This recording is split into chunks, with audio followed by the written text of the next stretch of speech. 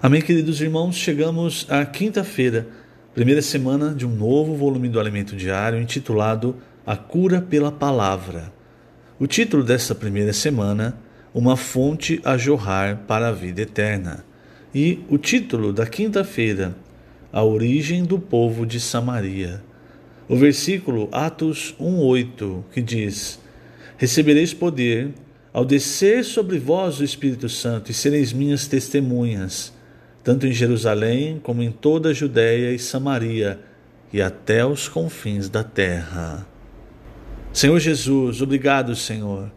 Obrigado por mais um dia e obrigado porque o rio da graça nos alcançou. O Senhor não faz acepção de pessoas. O Senhor amou ao mundo de tal maneira que se entregou por nós. Nós te amamos, Senhor. Nós te damos toda a honra, toda a glória. Nós nunca conseguiremos sequer chegar perto de pagar o que o Senhor fez por nós, o preço que o Senhor pagou por nós. O que nós queremos é humildemente oferecer nosso corpo como sacrifício vivo, santo e agradável a Ti.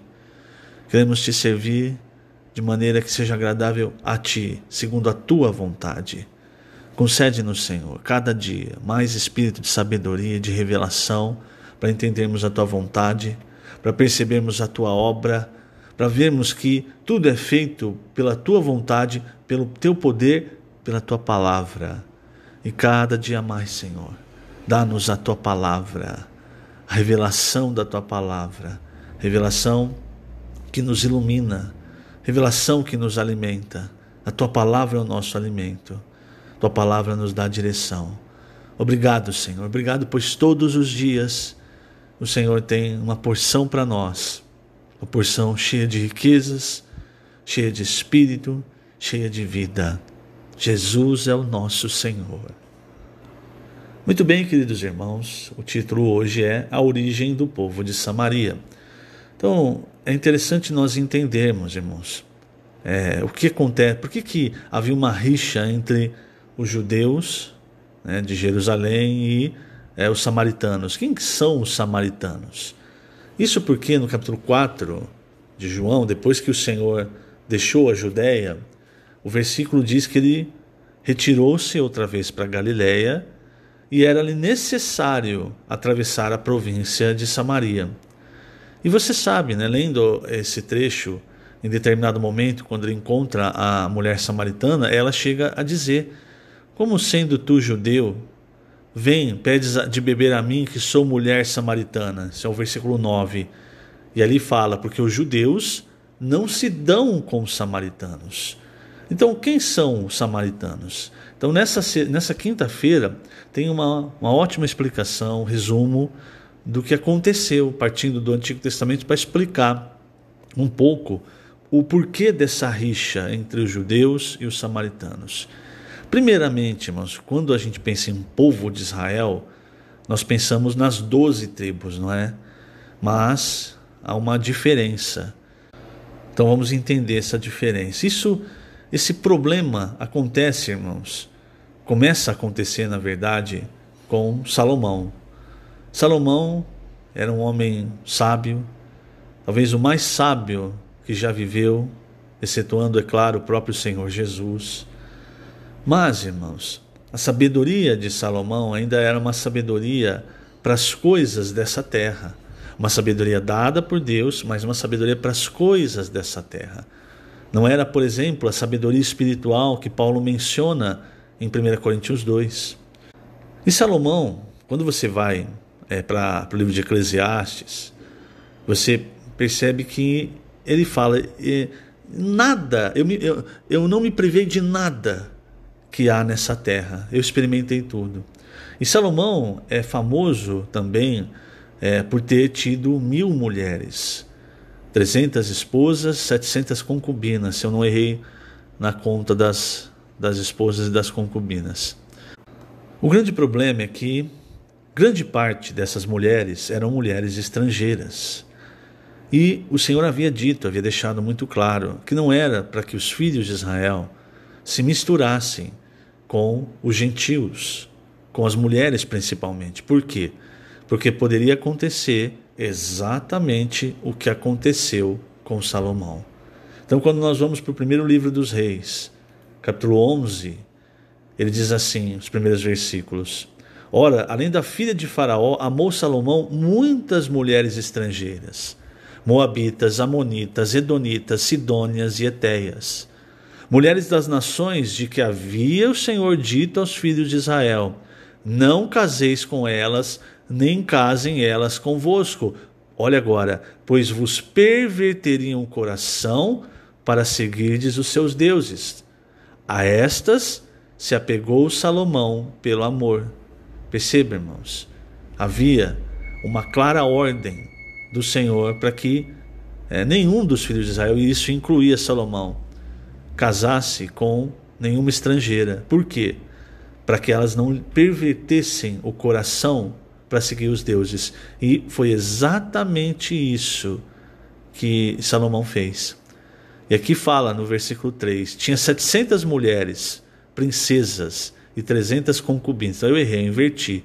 Era 700 mulheres e 300 concubinas. Eu inverti a ordem, desculpe. E suas mulheres lhe perverteram o coração. Aí, olha só, o versículo 4. Sendo já velho, suas mulheres... Fala duas vezes aqui.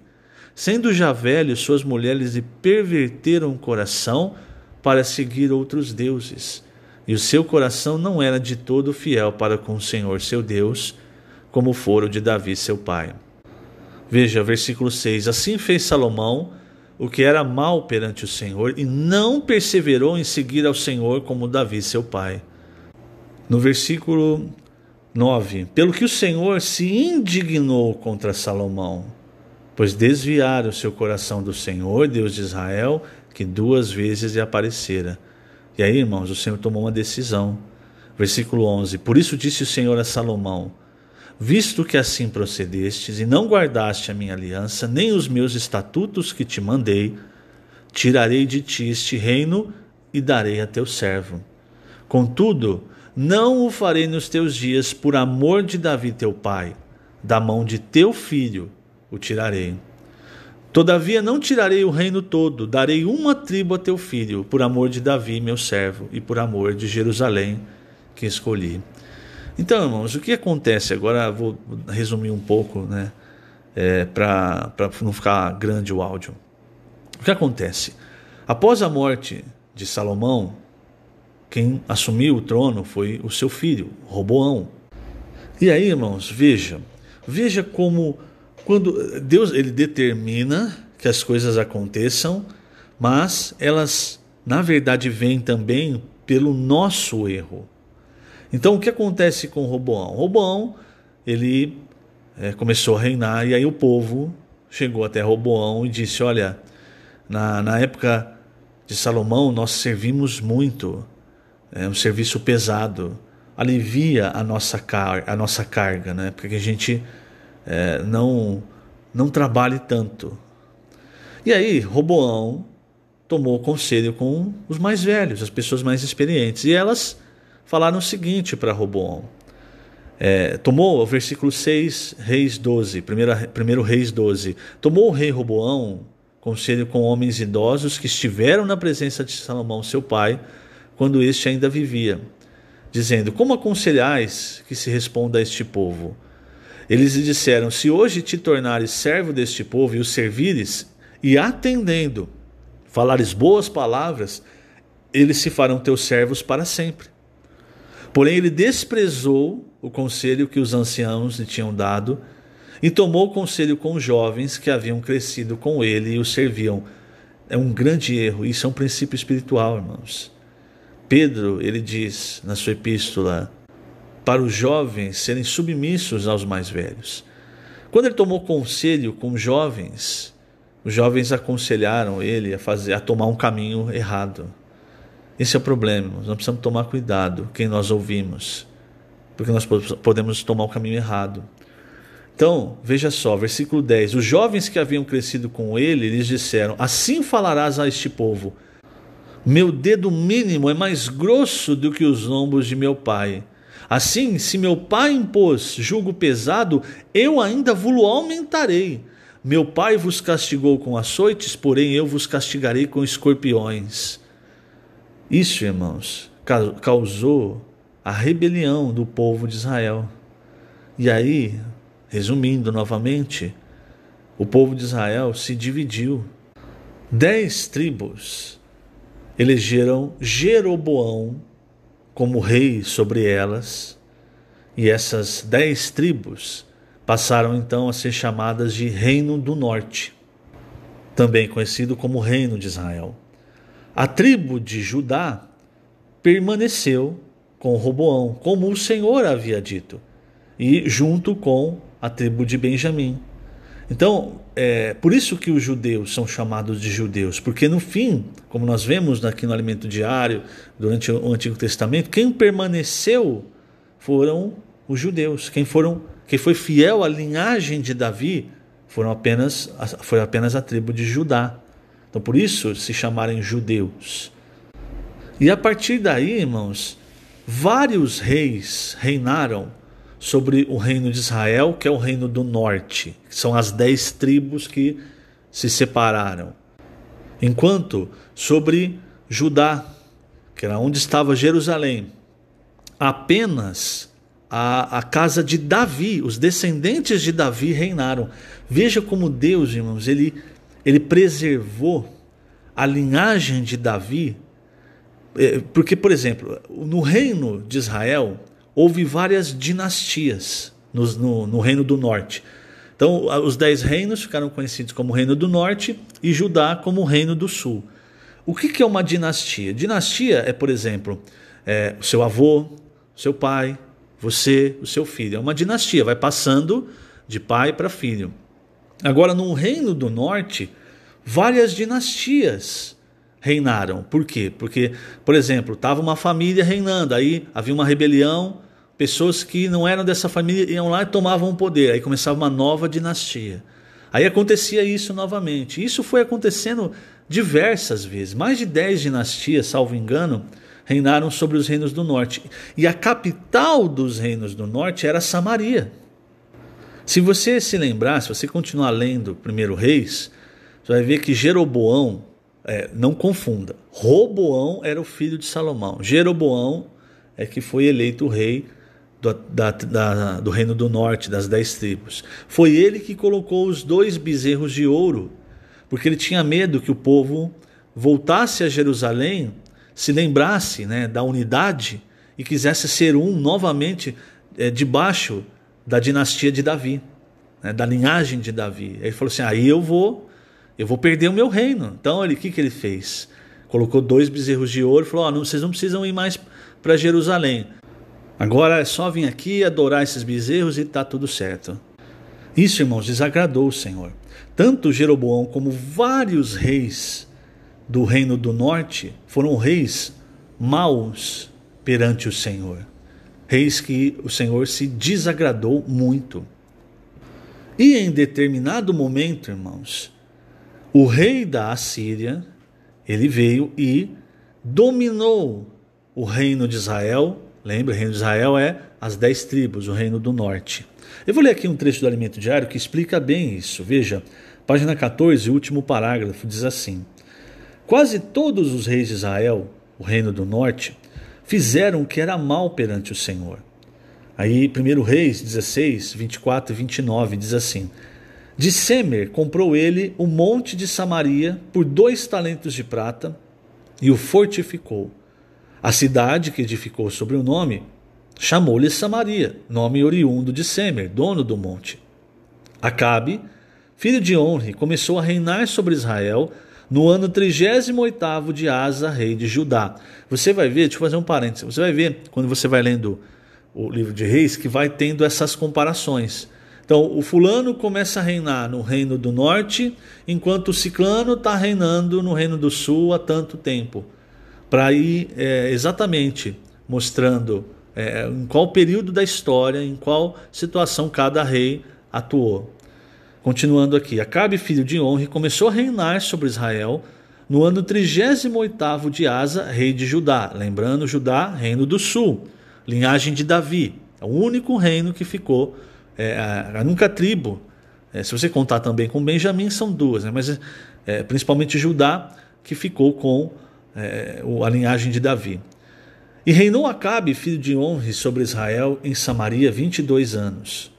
O Senhor permitiu que esse reino fosse conquistado pela Assíria.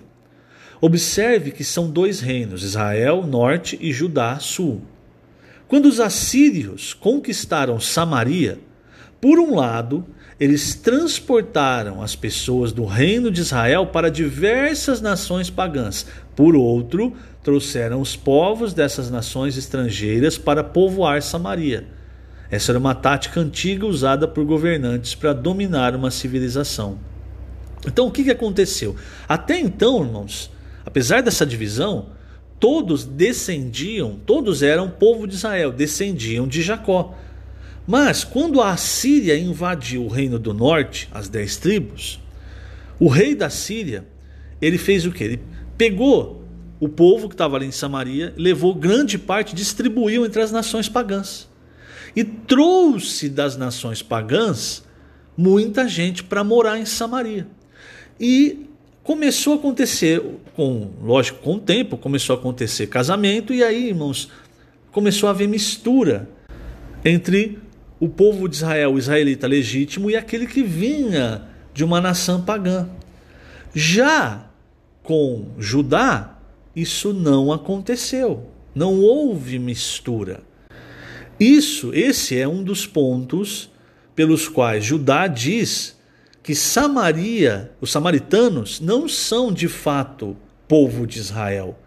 Apesar de os samaritanos, principalmente na época de Jesus, também seguirem a lei de Moisés. Eles diziam isso exatamente por causa dessa mistura que houve quando o rei da Síria levou os israelitas e distribuiu nas nações pagãs, e também trouxe gente dessas nações para Samaria. Agora, isso não aconteceu com Judá. Aconteceu diferente. Judá, os judeus, os reis também, não andaram todos no caminho do Senhor. E Judá, como nós vemos nos profetas do Antigo Testamento, eles se prostituíram, principalmente a liderança judaica, com ídolos, com deuses, enfim, com práticas dos ídolos. E o Senhor um dia disse: agora chega, agora vocês vão pagar conta dos pecados de vocês. E aí veio a Babilônia, Nabucodonosor, e invadiu o reino de Judá, o reino do sul. E ali ele destruiu tudo, ele destruiu o templo, ele destruiu a cidade, destruiu os muros. Só que ele não fez igual o rei da Síria. Ele pegou todo o povo e levou cativo para a Babilônia. Então o povo na Babilônia ainda continuou com os seus costumes e continuou casando entre si. Então não houve mistura. É lá na Babilônia, durante esse cativeiro, por exemplo, que é contada a história de Daniel, dos seus amigos. Durante o cativeiro, irmãos, porque o tempo do cativeiro para os judeus iria durar 70 anos. E Daniel leu isso no livro do profeta Jeremias, e ele começou a orar sobre isso. E aí o que aconteceu? O que aconteceu é que o rei persa, Ciro, durante esse período, ele subjugou a Babilônia. E se você ler o começo do primeiro capítulo do livro de Esdras, ali fala que o Senhor despertou o espírito de Ciro, rei da Pérsia. E ele, Ciro, então, deixou que os judeus voltassem para reedificar Jerusalém, o templo, enfim. Eu não vou entrar em detalhes, porque já está ficando grande o áudio. Quando Ciro permitiu que o povo de Judá voltasse para Jerusalém para reedificar, não foi todo o povo. Então, milhões foram para a Babilônia. Mas lá na Babilônia, irmãos, eles não estavam vivendo, apesar de serem cativos, eles não estavam vivendo como escravos. Eles construíram casas, boas casas, eles viviam bem. Então não foram todos os judeus que voltaram para edificar Jerusalém, o templo, enfim. Muitos resolveram ficar por lá. Mas os que eram fiéis voltaram sobre sob o comando de Zorobabel. É nessa parte em que Zacarias, né, nós vemos o Senhor falando para Zorobabel que não é por força nem por poder, mas pelo meu espírito. Zacarias 4:6, salvo engano. Então eles voltaram, irmãos. E aí, agora eu vou ler aqui o texto do alimento diário para ficar mais rápido, né? Senão vai ficar muito longo. Nesse ponto, irmãos, o que começou a acontecer? Aqueles de Samaria, eles falaram assim, bom, eles estão voltando, a gente também quer ajudar. Mas ali já era uma grande mistura. E os judeus não aceitaram a ajuda dos samaritanos. Então, em Esdras capítulo 4, versículos 3 e 4, diz assim: Zorobabel, Jesus e outros cabeças de famílias, eles responderam: nada tendes conosco na edificação da casa nosso Deus. Nós mesmos, sozinhos, a edificaremos ao Senhor, Deus de Israel, como nos ordenou Ciro, rei da Pérsia. Então, as gentes da terra, essa gentes da terra era o povo de Samaria. Porque mesmo antes de haver, da Assíria dominar o reino de Israel, da Babilônia levar cativos do reino do sul, já havia, irmãos, há muito tempo que Samaria não tinha nada a ver mais com o reino do sul, com os judeus. Então nessa hora, mas falou não, Zorobabel falou não, quem vai fazer, o encargo é nosso, quem vai fazer somos nós, vocês não têm nada a ver com isso. E aí, irmãos, é aquela coisa da inveja, do ciúme, quando você é contrariado, você quer ajudar, aí não, você é contrariado, você passa a atrapalhar. Aí eles passaram a desanimar o povo e inquietaram o povo que foi para edificar o templo. Esse comportamento, tudo que aconteceu ali durante a edificação, fez com que essa barreira entre judeus e samaritanos crescesse muito, a ponto de chegar no capítulo 4 de João, a mulher samaritana falar: os judeus não se dão com os samaritanos. Eu vou ler aqui na página 15, o último parágrafo. Veja só o que acontece. A rejeição se intensificou também em um terceiro momento, na época em que Neemias retornou para reedificar os muros de Jerusalém. Novamente os de Samaria, liderados por Sambalate, se levantaram contra a edificação. Neemias capítulo 4, versículos 1 e 2 diz: tendo Sambalate ouvido que edificávamos o muro, ardeu em ira e se indignou muito e escarneceu dos judeus. Então falou na presença de seus irmãos e do exército de Samaria e disse: que fazem estes fracos judeus? Permitir-se-lhes isso? Sacrificarão? Darão cabo da obra num só dia? Renascerão acaso dos montões de pó as pedras que foram queimadas? Os judeus clamaram a Deus contra os de Samaria. Olha os versículos 4 e 6. Ouve ao nosso Deus, pois estamos sendo desprezados. Cai o seu opróbrio sobre a cabeça deles e faze que sejam despojo numa terra de cativeiro. Não lhes encubras a iniquidade, não se risque de diante de ti o seu pecado, pois te provocaram a ira na presença dos que edificavam. Assim, edificamos o muro, e todo o muro se fechou até metade de sua altura, porque o povo tinha ânimo para trabalhar. O último parágrafo da página 16 diz assim: agora conseguimos entender com mais profundidade o peso e a importância da passagem bíblica que mostra o contato de um judeu, Jesus, o Filho de Deus, com uma mulher de Samaria, um povo misturado e rejeitado pelos judeus. O alcance do rio da graça do Filho de Deus é extraordinário. Derruba qualquer barreira, suplanta qualquer obstáculo. Essa história de graça, amor, misericórdia e compaixão abordaremos depois. Louvado seja o Senhor. Então você percebe, irmãos, como o Senhor ele foi levando esse rio da graça e quebrando toda a barreira, todas essas coisas que o tempo, as tradições, a religião impôs sobre as pessoas. Vamos ver mais durante a semana então o que acontece no capítulo 4 com esse encontro. Que o Senhor te abençoe grandemente nesse dia. Lembrando, estamos colocando essas gravações no canal do YouTube da Igreja em Ribeirão Preto. Jesus é o Senhor.